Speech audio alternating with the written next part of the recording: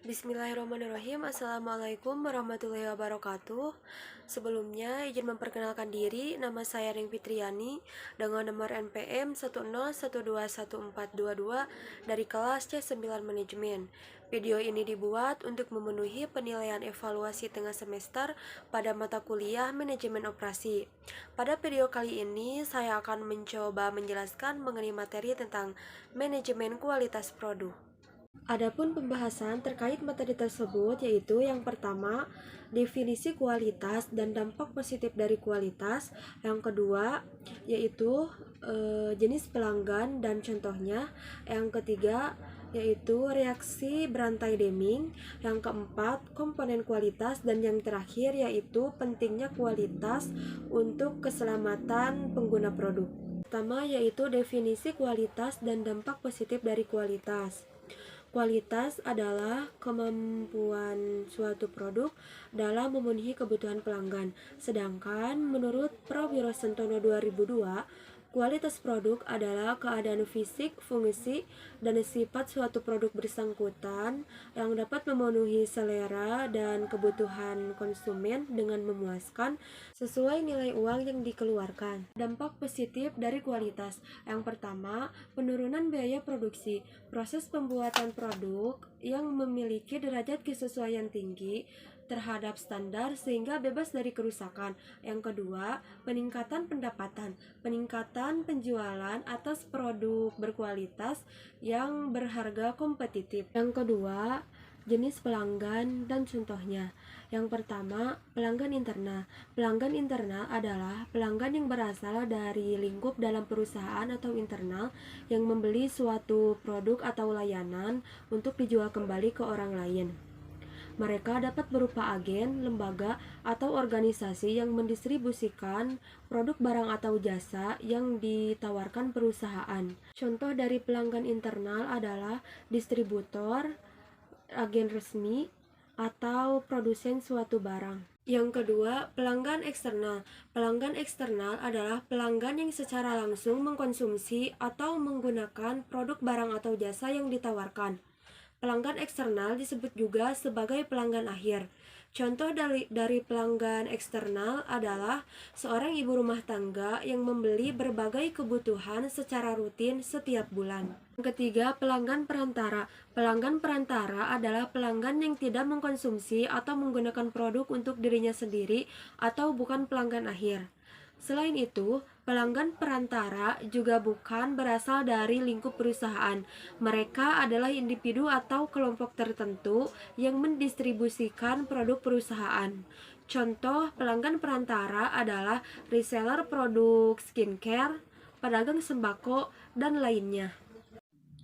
Yang ketiga, reaksi berantai Deming.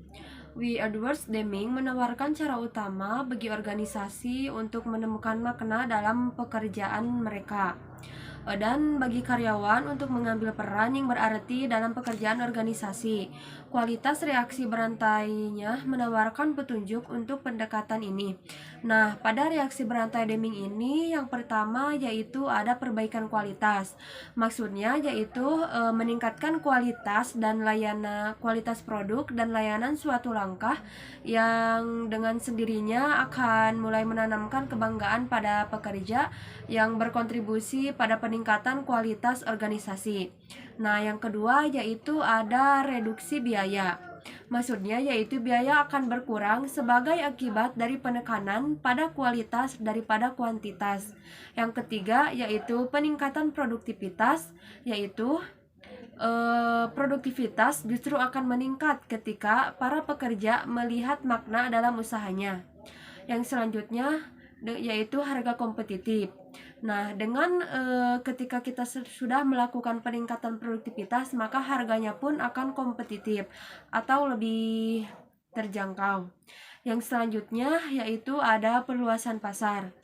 Pada perluasan pasar sendiri, yaitu organisasi dapat memperluas pangsa pasar mereka dengan meningkatkan produktivitas. Yang selanjutnya yaitu ada tetap dalam bisnis.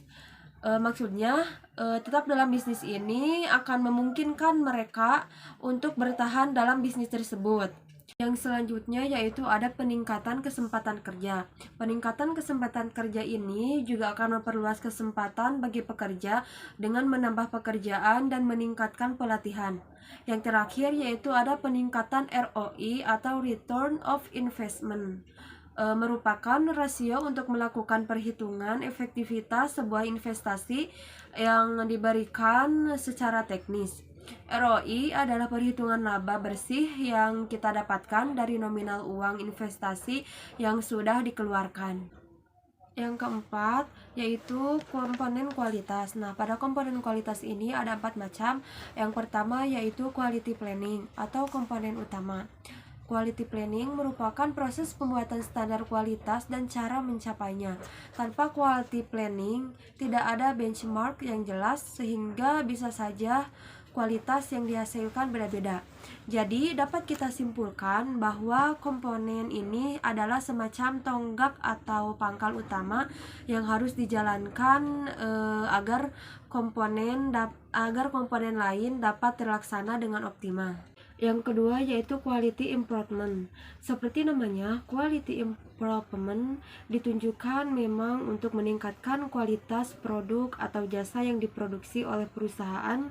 Peningkatan kualitas berfokus pada proses produksi. Yang ketiga yaitu ada quality control. Quality control merupakan pengawasan proses guna menjaga kualitas produksi agar sesuai dengan standar yang ditetapkan di awal. Yang keempat yaitu ada quality assurance, adalah tindakan yang dilakukan untuk memastikan bahwa produk atau jasa sudah memenuhi standar yang ditentukan.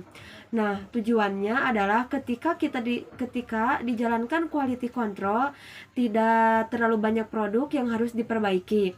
Proses ini dapat membuat produk lebih efisien baik dari segi waktu, tenaga, dan biaya.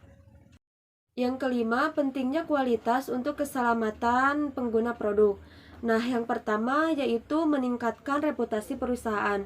Dengan menciptakan produk yang berkualitas, perusahaan akan mendapatkan predikat atau reputasi yang bagus di mata pelanggan. Nah, yang kedua yaitu kesempatan mewujudkan cost reduction.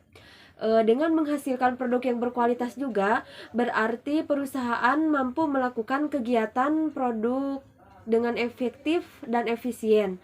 Nah, yang terakhir yaitu menjadi kunci untuk mendapat loyalitas pelanggan.